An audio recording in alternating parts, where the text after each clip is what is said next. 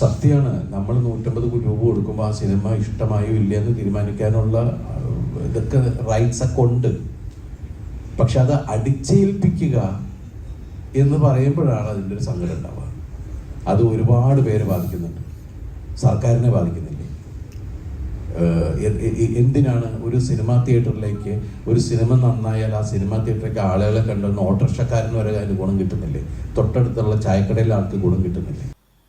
അത്രേ ഉള്ളൂ അതിന്റെ കാര്യം. 150 രൂപ കൊടുത്ത് പോകുമ്പോൾ നമുക്കുള്ള അഭിപ്രായ സ്വാതന്ത്ര്യം അവിടെ എല്ലാവർക്കും ഉണ്ട്, ആരും നിഷേധിക്കപ്പെടുന്നില്ല. പക്ഷെ അത് അടിച്ചേൽപ്പിക്കരുത്, ആരും അടിച്ചേൽപ്പിക്കാനായിട്ട് എനിക്ക് തോന്നിയിട്ടില്ല. ഇന്ന് വരെ ഒരു റിവ്യൂ പറയുന്ന ആൾ നിങ്ങൾ പോകരുത് കേട്ടോ എന്ന് പറഞ്ഞിട്ടുണ്ടെങ്കിൽ അത് ശരിയായ ഏർപ്പാടല്ല.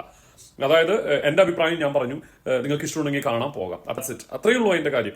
പിന്നെ ഈ പറഞ്ഞ പോലെ എല്ലാ പടങ്ങളും നമ്മൾ റിവ്യൂ കണ്ടുപോയിട്ട് അയ്യോ മോശം പടമായിട്ട് ഒന്നിനും കൊള്ളില്ല എന്ന് പറഞ്ഞു പോയിട്ട് നല്ലതായ ചരിത്രം ഇതുവരെ ഇല്ല. പക്ഷെ വളരെ നല്ല പടം എന്ന് പറഞ്ഞു പോയി കണ്ട ഒരു പടമുണ്ട്, റിവ്യൂ നോക്കിയിട്ട് പറഞ്ഞ് അതിൽ ആൾക്കാർ തിയേറ്ററിൽ നിന്ന് തിയേറ്റർ റെസ്പോൺസ് അപ്പൊ തന്നെ എടുക്കുമല്ലോ, അതിൽ നല്ല കിടില പടം പേടിച്ചങ്ങ് ഇരുന്നു ഭയന്നു തൂറി എന്നൊക്കെ പറഞ്ഞിരുന്നിട്ട് പടം കാണാൻ പോയിട്ട് ഇങ്ങനൊരു അഴുക്ക് പടം തിയേറ്ററിൽ പോയിട്ട് ഞാൻ കണ്ടിട്ടില്ല കേട്ടോ. അതേന്നറിയോ, ഡയസ് ഇറ എന്ന് പറഞ്ഞൊരു മൂവി ഞാനിപ്പോ നാട്ടിൽ പോയി ഇപ്പൊ കണ്ടതാ. എന്റെ പോലും ഇതാണ് ലോജിക്ക് ഇല്ലാത്തൊരു പടം എന്ന് പറയാം. തുടക്കത്തിൽ ഒരു പെണ്ണ് അതിൽ നിന്ന് കെന്റി ചാടി ചാവുന്നുണ്ട്, അതിന്റെ കഥ ഇതുവരെ കണ്ടുപിടിച്ചിട്ടില്ല. അത് എന്തിനാണ് ആ പെണ്ണ് ചാടിയെന്ന് വരെ അതിൽ പറയുന്നില്ല, വെറുതെ ഓരോ പേടിപ്പിക്കാന്ന് പറഞ്ഞിട്ട് ഒരു കഥയില്ലാത്തൊരു പടം.